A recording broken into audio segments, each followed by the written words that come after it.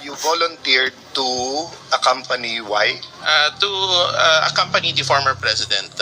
Because kailangan, what was the reason? Sabi mo, yung mga kasamahan mo walang passport. Hindi po, wala po akong sinabing kasamahan ko walang passport.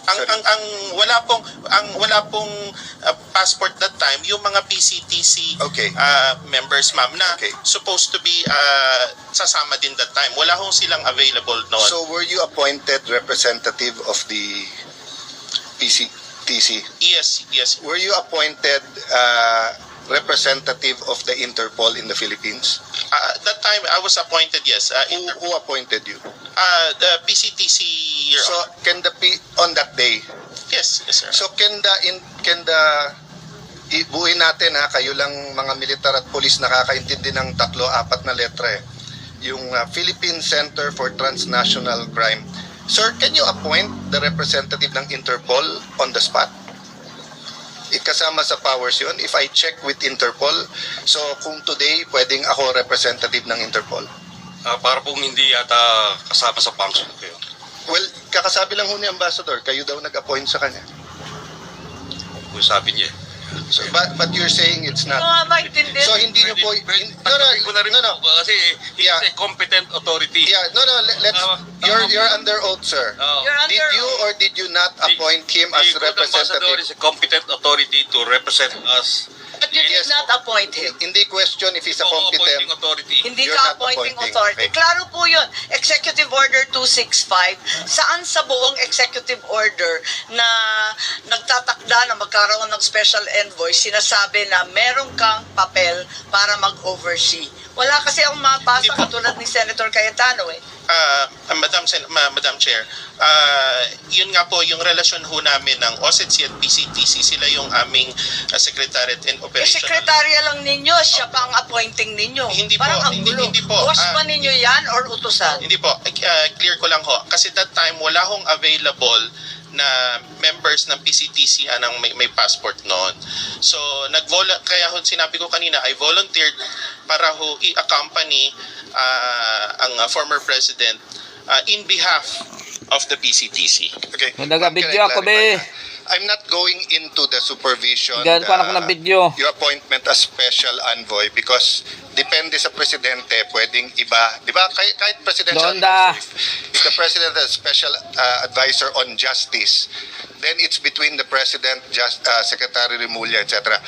Ang focus ko doon sa ikaw ang representative ng Interpol. Kasi sabi mo, yes, ang sabi po ni Secretary Alcantara, hindi kanya in-appoint. So, sino nag-appoint sa iyo bilang representative ng Interpol? Nirepresent ko po ang PCTC. Well, may I clarify? Yeah, go ahead, Mr. sir. Senator. Kasi traditionally, ang executive director is also the envoy. Ngayon, pinaghiwalay po yung posisyon. Yung ginawa po ng Malacanang, hiniwalay po yung posisyon ng special envoy at ng executive director. Pero dati ho, isa lang yan. Yeah. But lihis doon, Sec, sabi kasi ni Ambassador, siya daw ang representative ng Interpol that day ng Pilipinas. Yung pagpaalis mo pagpunta ho ng The Hague, siya po yung representative talaga ng Interpol. Yeah. Kasi siya lang ho yung may connection sa PCTC. But I was asking, who appointed him representative of Interpol? Ano ho yan? Kasama ho yan sa kanyang appointment. But he said before that day, hindi siya ang representative ng Interpol. Pero ano ho ito eh? Kasi yung overseeing function niya, oversight function, kasi parang may oversight po siya sa PCTC. I think that they took it from there na siya rin po yung responsible for the PCTC. Wala rin sa executive Kasi order. nga ano ho yan eh.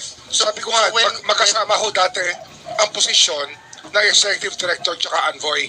Si General Alcantara used to be the special envoy and executive director. And then the representative ng Interpol. Oh, there's Interpol.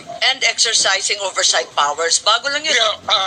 Hindi, dati ho isang tao lang nga eh. Wala eh. Ginawa Wala na sa ho dalawa. Executive Order 265. Parang above and beyond na sa... Hindi, special ho yan. Ma'am, just to point. The executive has the power when to he do that. when you signed dito sa ICC, you were signing as what?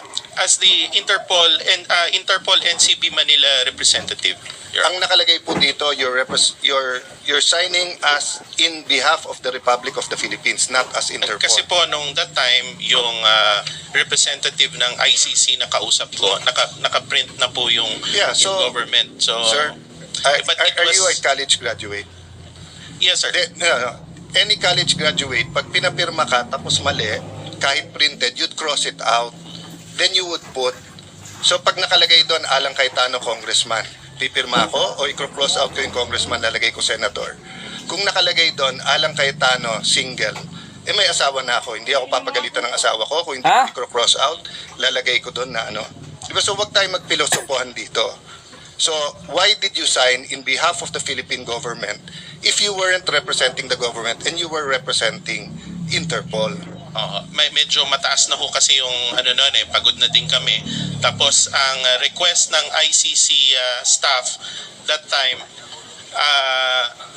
nagre-request sila na kunin na ng medical team. Hindi ho kasi ma-perform yung medical assistance to the former president. Yun ho yung dahilan yan. Ang dahilan, pagod kayo? Hindi po, nagkakagulo na din ho nun. Mataas na din po yung sitwasyon. Pakisabi ng totoo. Opo. We're ma'am. all under oath. Yes, ma'am. Ang mataas na rin. Paliwanag mong maigi. Representative ka ba ng Pilipinas or representative ng Interpol? Pipili ka lang. Represent ko po ang Interpol NCB Manila. So mali itong papel na to. Ah, Sabihin mo sa akin. yun hong... Kasi nag-iiba eh. Isa Kasi sinungaling, po, isa totoo. Yun ang clear ho sa ICC. Pwede ko linawin lang. Hindi, siguro hayaan muna natin. Hayaan natin na ipaliwanag. Alam naman niya eh. Alam ho kasi ng malinaw ho sa pag-uusap namin ng ICC staff na I represent Interpol NCB Manila. Pero hindi maliwanag dito sa nakasulat. Government of the Republic of the Philippines. It's part of the government, ma'am. I'm sorry. Hindi, Interpol eh. Sabi niya, nandun siya bilang Interpol eh. Ma'am, Madam Chair, yung Interpol po kasi, the Interpol NCB Manila, it's under the Philippine government. So, sorry, Mama. Kasi if that's your interpretation, then the government cooperated with ICC. In the surrender. No, I'm not trying to trap you. I'm trying to understand. Kasi nga, when you do something, you can do it in different capacities. So, international organization, yun. So, for example, Sarah here was the regional director for the International Organization on Migration, but she's a Filipino. Now, if she was special envoy nun, she has to say which one. Kasi one is a UN body, or at least a UN-recognized organization. The other one is Philippine government. So,